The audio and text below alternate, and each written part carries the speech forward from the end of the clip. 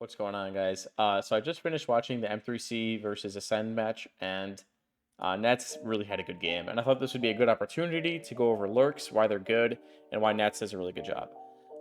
So, why are Lurks so important? Well, in ranked, they're really important because let's say, for example, your team decides to hit like A on Fracture, right? You guys do like a sand split, or like you guys decide to run up A main.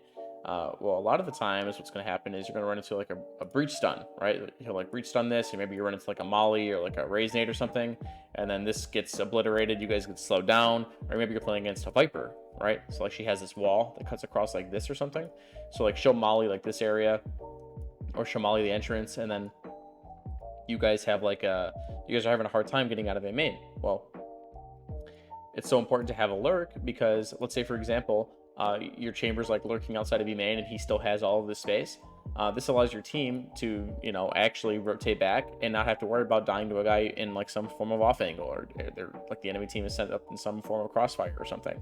And then like if he holds this space, and this also gives you ability to like lurk up under the sewer. And since you have all this time left, it allows you to like recoup the round. It allows you to like retake map control that you didn't have before. And having a strong lurk like Nats, someone who can take advantage of Chamber's abilities really well, it sort of discourages the enemy team from pushing out into these angles, right? So like a lot of times you'll see Nats throw a TP here, and he'll like hold this angle, or like you'll see on the first round he like pushes up into this area, or he'll like push underneath.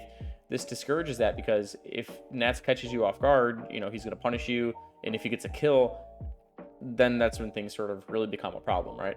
So like you're gonna see like M3C, they run into A main, Nats gets a kill, they decide to rotate back, and then it's like a 4v5 or a 4v4, and advantages, or even scores always like favor the attacking side, because the defenders are more spread thin, they don't know what's going on, right?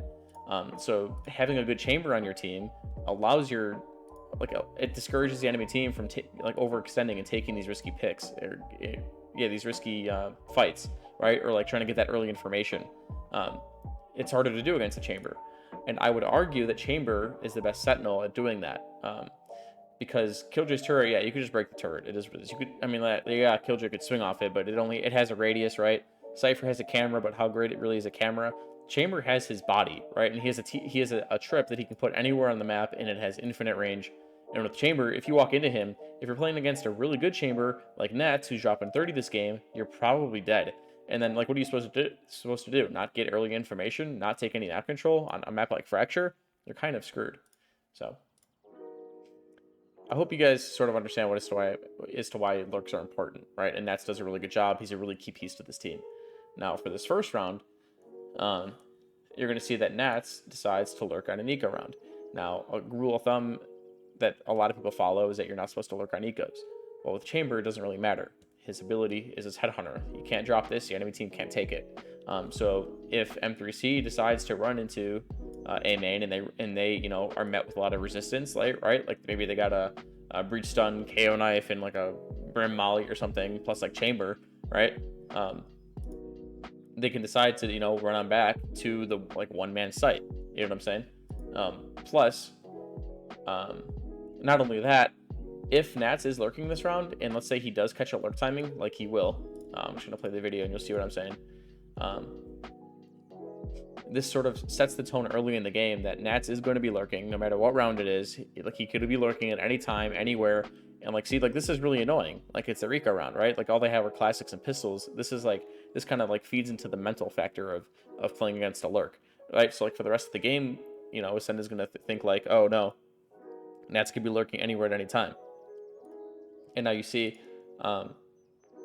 Nats kind of overextended in the tower. We didn't really overextend, he just didn't really check this angle, and he died, right? But that's okay. He didn't give him a gun or anything, he just gave him a frenzy.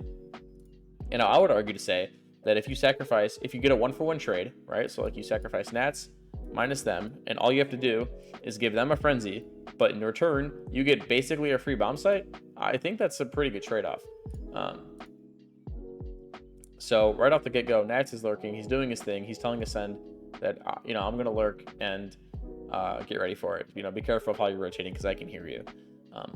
And the cool thing about Nats is that he lurks each way. Like he switches up the way that he lurks almost every round. And I'm sure, you know, his team, you know, designed their game plan around this, but I'm going to show you the next round where instead of like pushing like he did before, he's playing a more passive role. He's being a space holder for his team.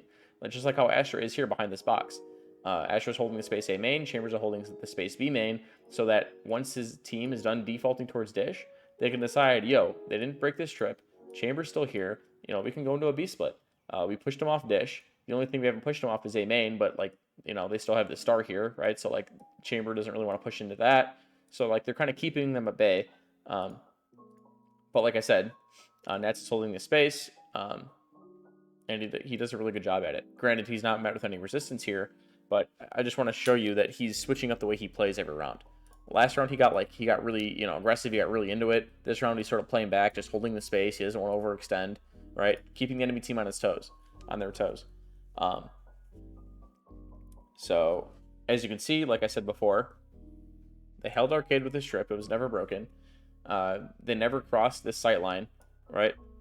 So like you can't really, like, as a chamber, you can get up to like here, like sure, like this is like an area where you can hold a main and your teammates can go stack, but it's like kind of awkward. And you don't have a trip over here anymore. So it's like you're kind of planting the enemy team, the enemy defense, to stick to whatever site they're on. And now because of this, they can run like a clean exec, and this is a really good save round, I guess, right? And Nats isn't lurking. He's with the team. He realizes his team doesn't have a lot of guns too, so they kind of need all the firepower they can get. So it's awesome. Oh, and a side thing, since we're talking about it, notice this is like another advantage of Chamber. So Chamber can, this isn't about lurking, this is just about Chamber in general, which I think is cool. Chamber is really good at breaking up traps. So let's say, for example, you got like a breach getting ready to stun here, and you got like another guy spotting here for like when to stun.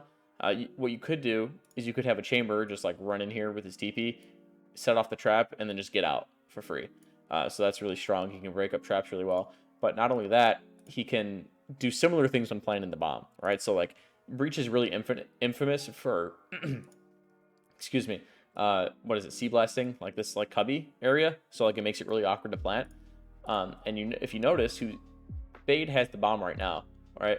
But if you look at the map, you'll see as they're going up closer and closer to site, they decide to give the bomb to Chamber, who, again, Nats has his TP up here, it's ready to go, and he's like, yo, give me the bomb, so in case he sea blasts, I can get out pretty easy.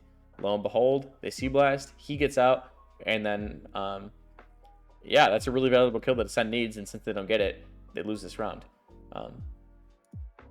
So Nats is a really good Chamber player, really good Sentinel player. He's probably one of my favorite players.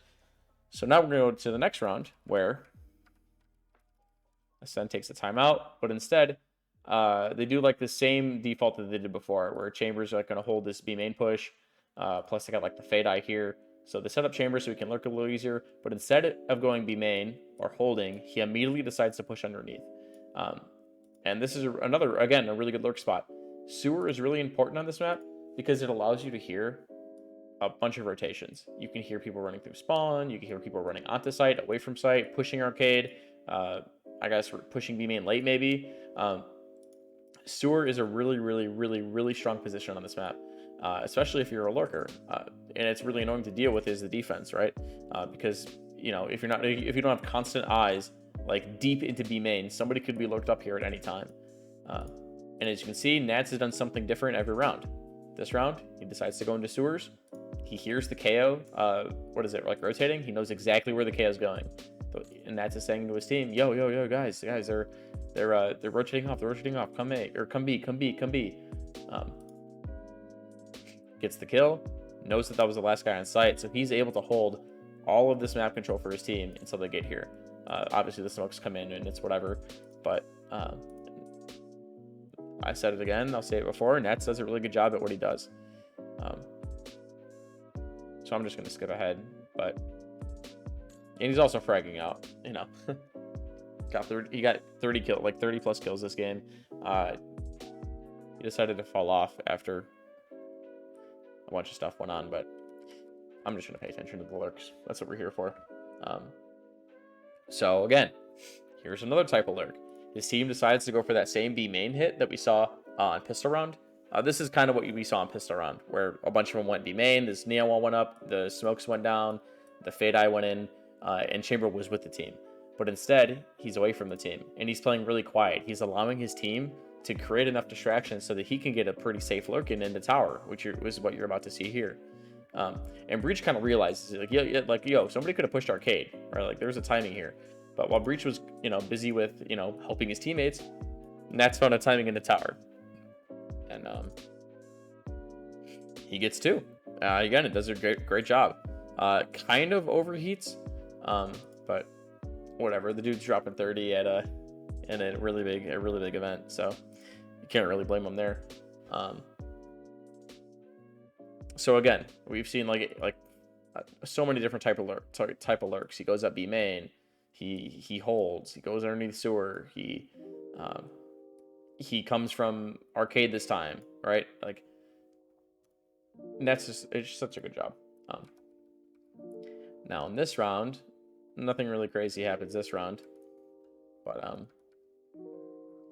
I lied actually. No, I lied. I was thinking of a different round. This round, Nats decides to hold some space again. He's holding this B main push, plus you got the Astra Star here and everything, so he's just holding, doing his own thing. And again, we're in the same situation. Never broke the trip. We have Dish, we have A main, we have here. Just do whatever we want. So because of that, they decide, let's regroup towards A main. Now, this play I had to watch over a few times because I didn't really know what was going on. So as you can see, they're waiting for the utility to recharge. Like, they waited for the Fade Eye to refresh, and maybe the KO knife as well. And something that I noticed is that, Ascend has like a bunch of different ultis, so they're obviously going to be playing for retake. I don't think that Mech thinks that there's going to be a lot of people on site, right? So you're going to see they put a star here, they're going to put a star here, but they're going to pull both of them back and throw a big fat smoke here. And I think that as they're getting ready to do this play that I'm sure they practiced before, see, they pull them back, and they smoke mid. Smoke spawn, right? I think what they were trying to do is that with this dog and with this eye, I think they were trying to get Neon to push into spawn and do some like crazy, like spectacular play. But because she got opt, they canceled it and had to go to something else. So that's part 1 of this round, right? They canceled it. They're like, okay, this isn't going to work. We're going to have to do something else. They're like, let's just take site. There's nobody on site, and we'll just plant and hope for the best. But now, if you look at the mini map, I want you to notice how the B defenders are acting. So all this util goes down, the Neon gets opt. These guys start to rotate over, but then these guys get quiet. And they're like, oh no. Did we get lurked on again? Did we get lurked on again? Oh god. Okay, no. They're planning. KO still being really careful. And now, this is really significant, is because all of that pressure that Nats has been making throughout this entire game by lurking in one half of the map, it delayed, I might be going crazy here, don't get me wrong, but it delayed the retake. It delayed Ascend by 5 seconds, maybe 5, 6, 7 seconds.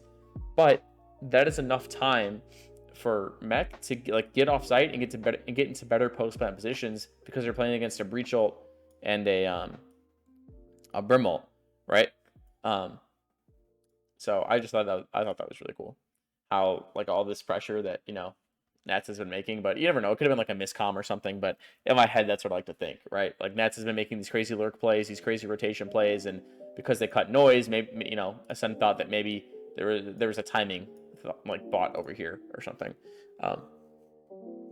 But yeah, it delayed the retake. They could have retaken as soon as they started getting the bomb down, and then they would have been screwed, right? But because of this pressure that Nats has been building all game, they weren't able to do that because they were still on B, So, and I only think there's only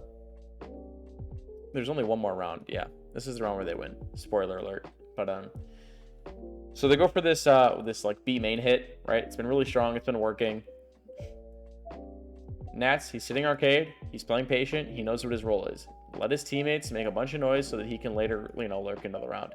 KO's pretty aware of this. Keep in mind, he knows that Nats has done this before, so he does a little bit of chit damage to to Nats. Nats decides to back off and still play patient, right? He knows that KO eventually has to re-peek, and he can't, like, no one can really peek him from here because his team is like running into sight. So the only angle that Nats has to worry about is this tower area. And you notice how he just sat there? He knew KO had a re-peek. He just waited until KO walked into his crosshair and he killed him. Even though he got knifed, even though he got anything, he knows exactly what's going on, how, you know, he's extremely aware. His teammates are out on site, so like no one can pinch him from this area. All he has to do is hold this angle, and if KO never peeks him, then he slowly works up until he's able to pinch with his team. And not only that too, like he's even aware that somebody's in the smoke. So like as Ascend is going for this retake, Brim throws his smokes down. Nats is coming in from Arcade. He knows that somebody could be in the smoke. He's not careless. He knows what's going on. He takes his time. He knows someone could be in here. He swings into that smoke with a purpose, kills the guy. Yeah, and I don't want to say he's the reason why Mech won this game, but he definitely helped quite a bit.